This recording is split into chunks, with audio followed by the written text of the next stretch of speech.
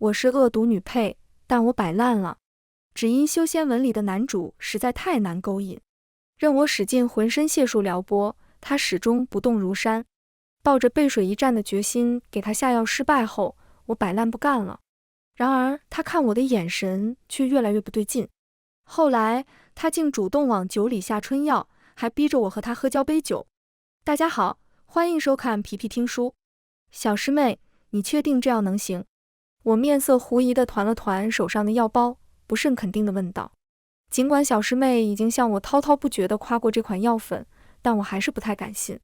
毕竟我要对付的人可是个对情爱一窍不通的清冷高岭之花。师门大会上，我朝他抛媚眼，让他手下留情。他问我是不是眼皮抽筋。秘境历练中，我示弱撒娇，躲进他的怀里。他一把推开我，说我的声音奇怪，像乱飞的苍蝇。酒楼办案时，我故意拉下衣衫，露出银白锁骨。他不仅淡定地给我拉上去，还说外面风大，师姐还是多加件衣裳，以免染了风寒。随即反手掐了个诀，几件凭空出现的外衫便牢牢罩在我的身上，脱都脱不下来。总之，任我使尽浑身解数撩拨，他却始终不动如山。就在我以为他不喜欢女子，准备退而求其次女扮男装勾引他时，他却冷笑着一掌打飞试图引诱他的烧男魅魔。我顿时心如死灰，认清了一个事实：沈望尘他压根就不喜欢人，无论男女。虽然他无欲无求，但我还是不能放过他。谁叫我不是这个世界的人，而是个意识穿越女。任务便是把男主沈望尘这朵高岭之花拉下神坛。任务完成即可回到现实。就凭这点，我是不可能放过他的。鉴于先前的多次勾引都失败了，我决定玩点阴的，给他下药。然后便有了刚开头那一幕。哎呀，师姐，你就信我的吧，保证童叟无欺。小师妹拍拍自己的胸脯，自信地说，这药性之烈，连隔壁山头修无情道的道友都得乖乖缴械投降。更何况师姐你长得貌美如花，只需稍加引诱，还愁他不上钩吗？思绪被小师妹的声音拉回，我愣了一下。你怎么知道无情道道友会乖乖缴械投降？你试过？此话一出，他顿时脸色涨红，扭捏地朝我抛了个媚眼。我看来是真的试过，而且药效不轻，不然小师妹也不会看着像要烧起来了一样。我瞬间信心大增。结，连修无情道的都中招了，还怕拿不下一个没修无情道的沈望尘吗？翘掉早课，我偷偷摸摸潜进沈望尘的房间，正愁把药粉下在茶壶里还是单下在他喝水的茶杯里呢，门外就传来一阵脚步声。来不及思考，匆匆把药粉往茶壶里一撒，摇晃几下平身，我闪身翻窗而走。躲在窗外看清来人模样时，我有些吃惊，因为那不是别人，正是沈望尘。按道理来讲，他此时应该在后山带领门派众弟子练剑，不可能这么快回来。而且他胸口的伤是怎么回事？沈望尘从一进门就开始脱自己的外衫，我起先还在为即将大饱眼福感到兴奋，然而下一秒看到他不断往外蜜血的胸膛时，我愣住了。身为这个世界的气运之子，竟然还有人能把他伤到这种地步。不过这对我来说何尝不是个好消息。躲在窗外偷窥的我逐渐陷入沉思，上还是不上，这是一个问题。一瞬间，我的脑子里出现了两个声音，一个兴奋的让我赶紧趁他病要他命扑倒沈望尘，毕竟他受伤的次数屈指可数；另一个则一脸鄙夷地说趁人之危，实乃小人之举。况且他还是我师弟，不能为了一己私欲罔顾道德人伦。我脑子里正忙着天人交战呢，一道清冷的嗓音忽然出现在我上方。师姐，你这是在做什么？一抬头，沈望尘正垂眸看着我，面色冷淡，让人分辨不清其中情绪。他唇边挂着一抹微笑，但眸中却毫无笑意。还有什么比偷窥被抓包更尴尬的是吗？顶着能冻死人的视线，我硬生生挤出一个笑容。我恰好路过，对，就是路过。我假装无事，直起身朝他挥了挥手，又恢复成那个一脸正经的大师姐。可师弟要是没什么事的话，我就先走了。转过身，我欲哭无泪地向操练场走去，同时心里暗自惋叹，计划又失败了。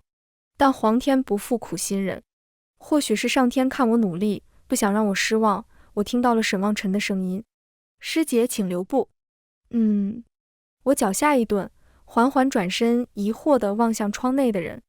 只见他掀开外衫，指了指自己心口，语气莫名有些可怜：“我前些日子下山历练时不小心受了伤，还没好透，方才练剑时伤口又崩开了，疼得我有些失力，能否麻烦师姐替我包扎一下伤口？”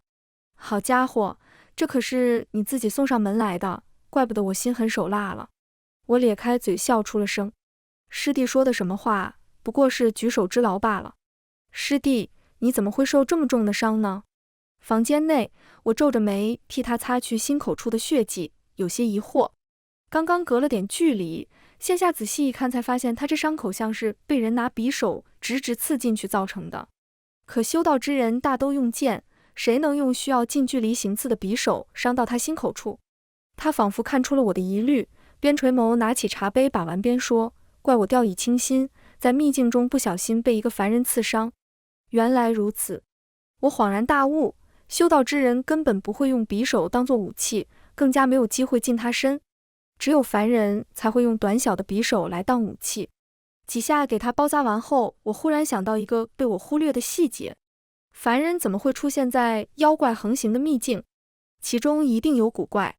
我皱眉思考的模样引起沈望尘的注意力，他薄唇轻启，不知为何眉眼冷了几分。提到凡人，师姐可是想起了某位故人。他淡漠的语调莫名给我一种古怪的感觉，但又说不出哪儿怪。况且他这问的什么问题？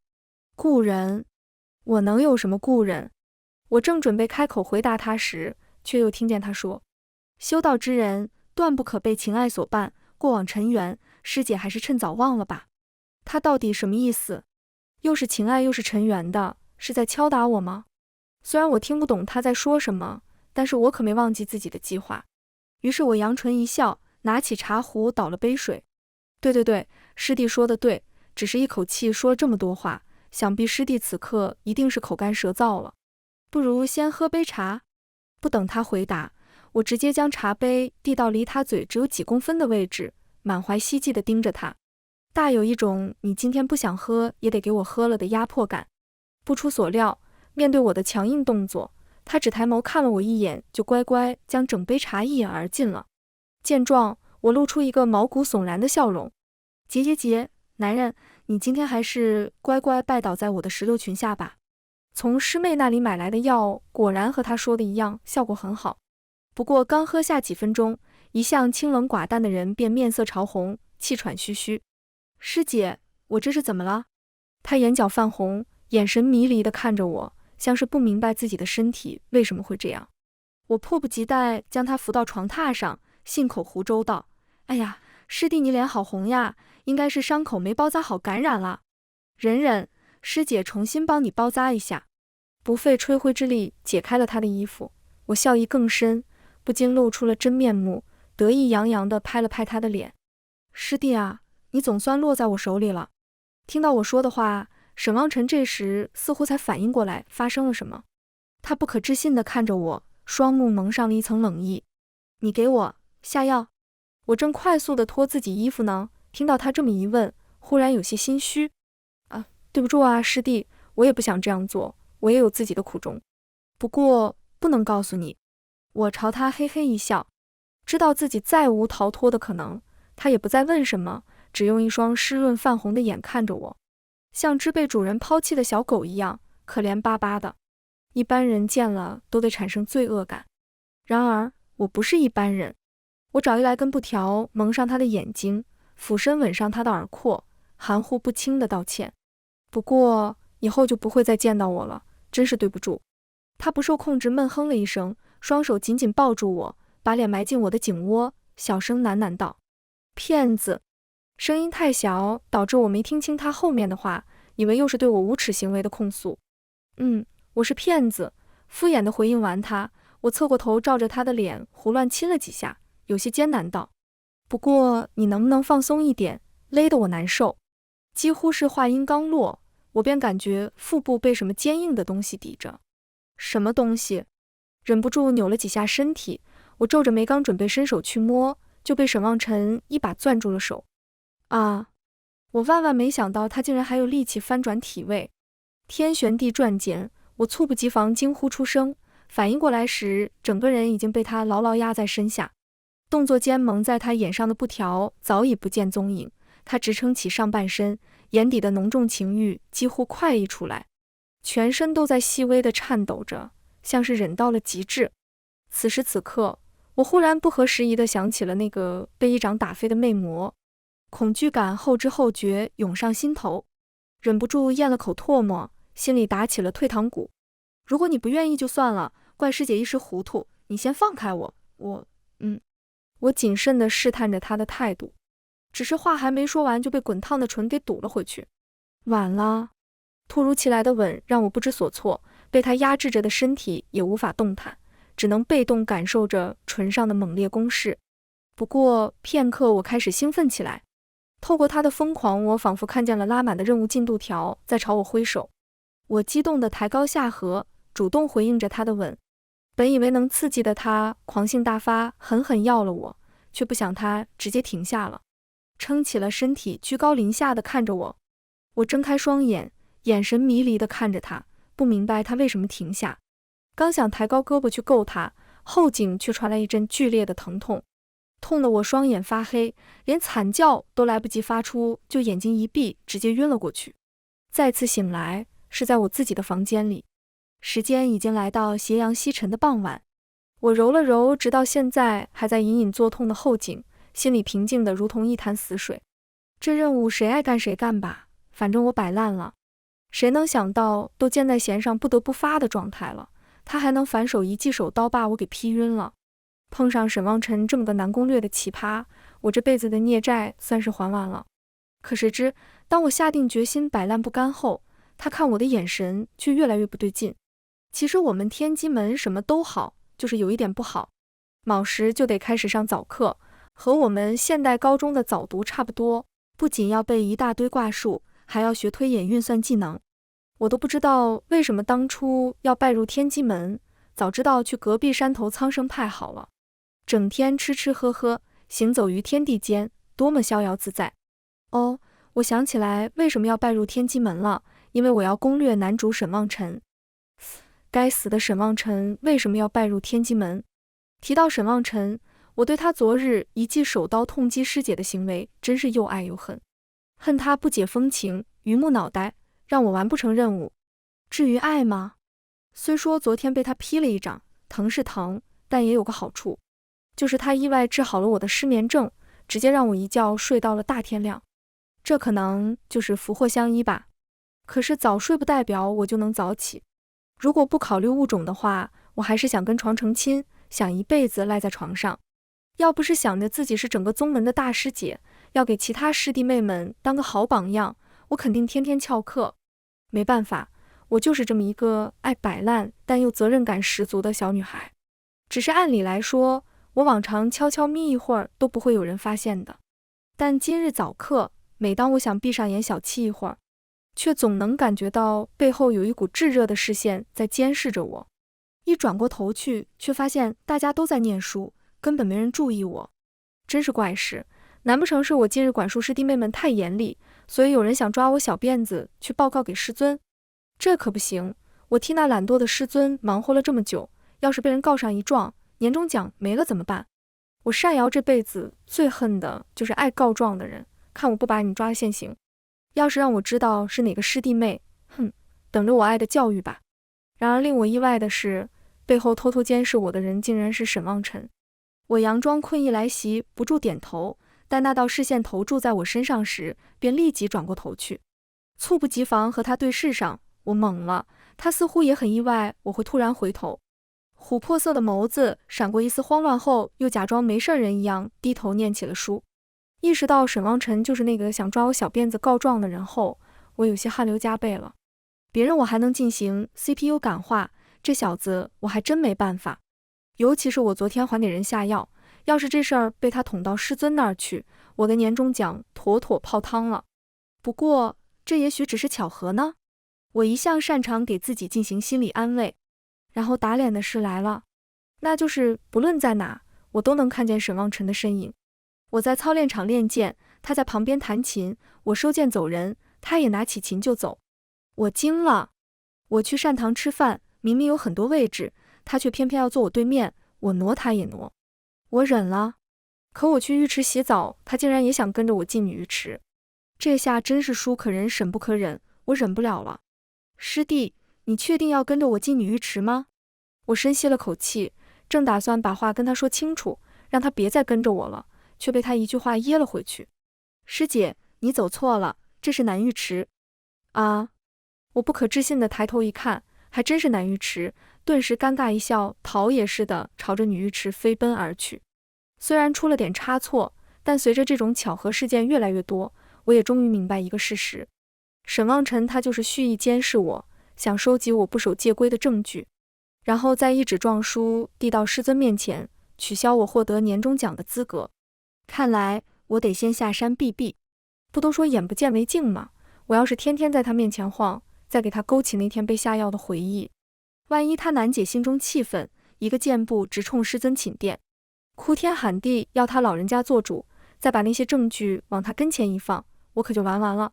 忘了说，我除了是一个有责任感的小女孩，还是个敢想敢干的实干家。第二天一早，我火急火燎地收拾了行李，跟师尊说要下山历练一段时间就跑路了。虽然很没面子，但年终奖要紧，正好也能躲躲沈望尘的时间。不得不说，对于我这种天生不爱休息的人来说，山下的日子可比山上来的有意思。下山之后，我在周边小镇上租了个带院子的房子，每天睡到日上三竿才起床，吃完饭后就去集市上逛逛，买点自己爱吃的零嘴后就去茶楼听人说书，或是去梨园看戏，日子过得好不惬意。在这期间，我还碰到了以前的故友楚行，隔壁山头苍生派的大师兄。还没拜入宗门之前，我俩就是一个村里的同乡，小时候还经常一起玩泥巴。不过后来他去了苍生派，我去了天机门，联系就渐渐淡了。除了能在三大宗门大比上见面，其他时间都没机会碰面。在镇上见到他时，我还惊讶了一会儿。楚行，你不是去东海秘境了吗？怎么会在这里？阿瑶，真没想到能在这碰见你，你过得还好吗？他眉眼温润柔和，眼底难掩惊喜之情。我俩同时开口，又同时静默。然后我奇怪地看了他一眼，紧接着拎起裙摆在他眼前转了个圈。意思是我看起来像过得不好的样子吗？他愣了愣，随即唇边荡开一抹笑意。是了，想必阿瑶这些日子过得很开心。我前几日通过了东海秘境的试炼，故而回到了玉灵山，真没想到能在这里遇见你。我闻言瞬间向他投去赞赏的目光。好小子，听别人说东海秘境危险系数很高，他竟然这么快就能通过试炼。楚兄，苟富贵勿相忘，你日后飞黄腾达可别忘了我呀。抱大腿要趁早，抱大腿不丢人，丢人的是无腿可抱。阿瑶抬举我了，不过我虽没有飞黄腾达，但这次在秘境中却是寻到了个好物件。本来想着3个月后的宗门选拔大会上送给你，但既在这儿碰见了你，便提前给你吧。楚行从怀里掏出了根发簪递给我，虽然不知道那发簪有什么用，但它在日影照耀下泛着微微暖意，仿佛镶嵌了一层闪耀的金边，看起来很是精美。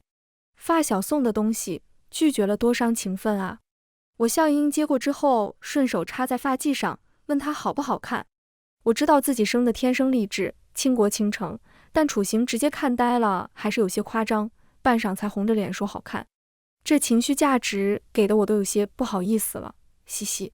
转而又忽然想到我这么美都下药勾引失败的事，立马收住了脸上的笑，不嘻嘻。也是这时，我才发现，好像只要一想到沈望尘，他就会跟个鬼魂似的突然出现在我身边。在街上看到沈望尘时，我简直不敢相信自己的眼睛，连忙拉着楚行往画摊旁边躲。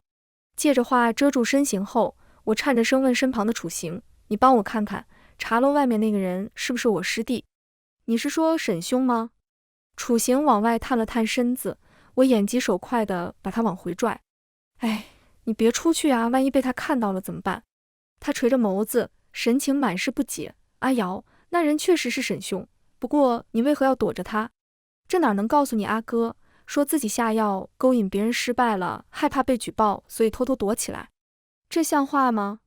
我偷偷往外瞥了一眼，语速飞快地说，今日不能请你到家里喝茶了，我还有事先走了哈，改日再见。随后在他惊讶的目光下，我很没骨气地钻进旁边的小巷里溜之大吉了。待我气喘吁吁回到自己的院子后，第一件事就是拴上大门。路上碰到了邻居周婶，都没来得及打招呼，脚下生风好似再跑慢点就会被背后的恶犬咬死一般。冷静下来之后，我忽然意识到一个很重要的问题，沈望尘怎么也下山了，还恰好在这个镇子上，而我又为什么要跑？他看见我了又能怎么样？只是偶然碰见又不代表什么，他总不能专门来找我的吧？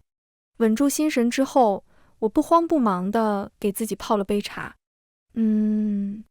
轩。喝了口茶后，我忍不住拍案叫绝，连连感叹这茶真是细腻醇香，令人回味无穷。果然不枉我花大价钱买它，只是没能请楚行来品尝其滋味，还是有些遗憾。我记得他以前最喜欢品茶，如果能喝到这种好茶，肯定会很高兴。罢了，算他小子运气不好吧。这茶终究只能我自己享用了，嘿嘿。只是喝着喝着，我的邻居周婶家忽然传来一阵喧闹声。不过我早就习惯了，这1个月来，他家时不时就发出吵闹声，也是见怪不怪了。上一秒我还在感慨，下一秒我家大门就被敲响了。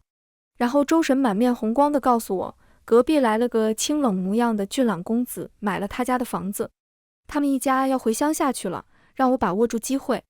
他平时见我一个人住，就爱给我说媒，这是快走了还没忘记给我牵红线，也真是难为他了。怎么说也是好心，假意附和他几句之后，我就把这件事抛之脑后了。直到一次下雨天，我匆匆从小巷里往家跑时，意外撞到了个人，才发现原来周婶说的隔壁那个俊朗公子就是沈望尘。初秋的雨来得迅速而猛烈，还夹杂着透骨的寒意。没料到今天会下雨的，我根本就没带伞，刚走到一半就下雨了，恐怕是老天爷在和我作对。老天爷，我再不会叫你爷了，你压根就没拿我当亲孙女。情急之下，我只顾着哀嚎往回跑，完全没注意前面还站着个人。猝不及防撞进那人怀里时，我正想道歉，就听到了一道清润如珠玉落盘的嗓音：师姐，好久不见。我愕然抬头，沈望尘那张骨相优美到毫无瑕疵，却常年神情冷淡的脸就那样水灵灵地出现在我眼前。你怎么会在这儿？缓过神后，我才猛然发觉我们之间离得有多近，隔着衣衫都能感觉到他的体温。我立马想往后退，却被他伸手揽住了腰，霎时半分动弹不得。这秋雨来得又凶又冷，要是被淋湿了，恐怕会得风寒。师姐还是先和我撑一把伞吧。谁家好人撑同一把伞要把人搂着呀？我正要挣扎，他却施施然又甩出一句话：师姐不用因为那件事情觉得难堪，都过去了，我也不会告诉师尊，师姐能不能不躲我了？他语气认真，淡漠的神情间竟然隐隐有受伤之意。看着他这副模样，我忽然不合时宜地想起了他10岁那年刚拜入天机门时的情景。身体单薄的少年在宗门选拔大会上拔得头筹，却无人前去道贺。他孤零零地站在大殿上，和其他被围起来祝贺的弟子形成了鲜明对比。听师尊说他全家都死光了，村里人认为是他克死了至亲，因此视他为不祥之物，将他赶出了村子。说实话，我那时根本不敢相信眼前那个浑身萦绕阴暗气息的少年是这个世界的气运之子。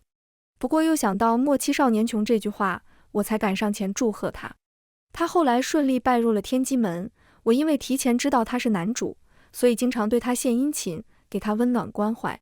他表面看上去冷漠，但我知道他骨子里其实是个很重感情的人。被人误解时，他也会露出受伤的神情。我以为凭那几年的相处能顺利攻略他，但却始终拿不下他。可能他真把我当成师姐，而不是心悦对象。而且我还恶意揣测他，躲着他，可能无意中也伤害了他。心底虽然生出愧疚之意，但我仍嘴硬着反驳他：我什么时候躲着你了？那件事情我早就忘了，好吧？你以后不准再提了，再提我就真的生气了。好，那件事我不会再提，那师姐线下愿意和我撑同一把伞了吗？你为什么下山？该不会是专门来寻我的吧？回到家中，我把楚行没福气喝上的茶端给了沈望尘喝，因为我自己也要喝，总不能我喝着茶却让他喝白开水吧？是宗门里出什么事儿了吗？我重新换了身干净衣裳后，好奇地询问起原因来。沈望尘的衣裳是他掐了诀换的，别问我为什么不这么做，因为我当时没好好学，又不好意思让别人知道身为宗门大师姐连这种小术法都不会，所以就一直没再学。他淡淡道，宗门无事发生，只是你多日未归，也不曾寄信回来，师尊担心你出事，故让我来看看你。哦，原来是这样啊。一种说不清道不明的情绪忽然占据了我的心头，我干巴巴地回了他一句后，竟然不知道该说什么才好。恰好沈望尘又是那种你不开腔他就不搭话的闷罐子，无言的沉默顿时四下蔓延开来。你不是话痨吗？你不是张嘴就能胡说八道吗？怎么现在一个屁都放不出来了？气氛实在是太尴尬了，尴尬的我忍不住在心里暗暗骂起自己来。师姐这只簪子是从哪儿得到的？啊，完全没料到他会突然问我这个问题。我愣了一下，才摸着发髻上的簪子，嘿嘿一笑，告诉他这是楚行送给我的。不知道是不是错觉，我说完这句话，他脸色好像变阴沉了。这簪子好看吧？我可喜欢了，自他送我之后，便一直戴着。其实我天天带着它，还有另一个重要原因，这是从东海秘境寻到的宝物。宝物往头上一戴，每天醒来的心情都好多了。本来还想留沈望尘吃晚饭呢，但他却突然站起身说自己要回去了。你这么快就回去了？不再晚几天吗？听到他说回去，我下意识以为是回山上去，直到他说他已经买下了隔壁院子，我才反应过来他原来就是我的新邻居。我直接摆摆手，哦，那你走吧，师姐就不送你了。然而和沈望尘成为邻居之后，我那颗想再次尝试攻略他的心又开始躁动不安了。只因他常常给我很多错觉，让我以为有机会拿下他。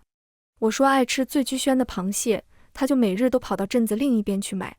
我说想让梨园那些角只演给我一个人看，他就花钱包场梨园一天。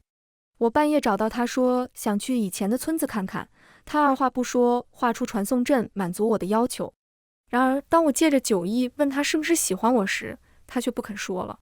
沉默等同于拒绝，这点潜规则我还是懂的，只是我不懂为什么不喜欢我还对我这么好。当时一腔委屈和恼火忽然涌上心头，我差点没晕过去。虽然后来还是因为酒量太差晕过去了。第二天宿醉醒来后，我不仅头疼、后脖梗疼，就连嘴也疼。不过最疼的还是我的后脖梗，感觉像被人用匕首在骨头上刻字一样，刺痛感非常强烈。但是最要命的是，我心里还时不时就感到一阵无由来的烦躁和郁闷，顿时又生出了想跑路的心思。只不过这次不是因为难堪，而是因为我一看到沈望尘就忍不住心酸。尤其是当我得知当初他胸口上的伤是因为要救于葵才会被流氓偷袭时，我就更心酸了。于葵是这个世界的女主，沈望尘的命定道侣。我们是在我以前的村子里碰到他的，这时他还没拜入天机门，只是我没想到他竟然和我是同一个村的。知道他们的初次见面就是一个英雄救美的故事时，我并不惊讶。男主和女主不就是这样的吗？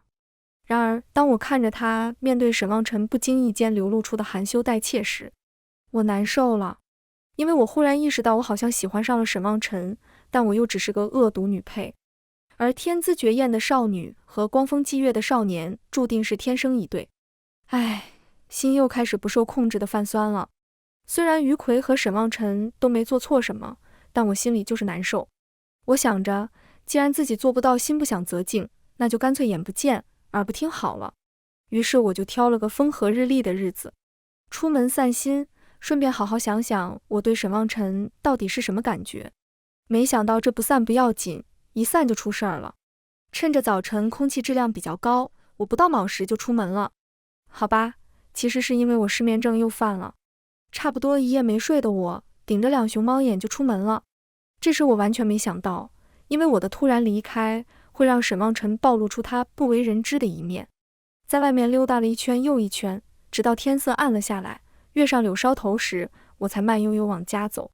回家路上，我其实还在想着白天从说书人嘴里听到的新鲜事，只是回到家推开门后，眼前一幕让我有些吃惊。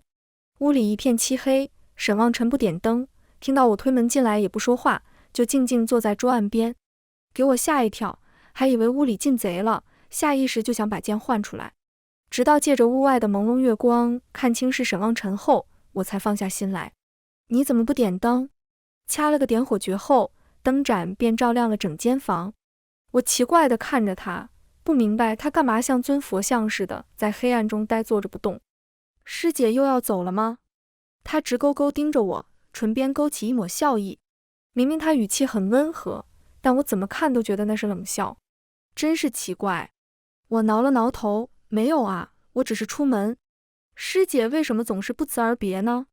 听到他又说了一遍，我下意识就想反驳，但是才说2个字就被打断了。我没。为什么说喜欢我，却又总能毫不留恋地说走就走？他慢慢站起身，朝我走来。为什么每次我终于说服自己要信任你时，你就又能让我知道自己的想法是多么的天真、愚蠢？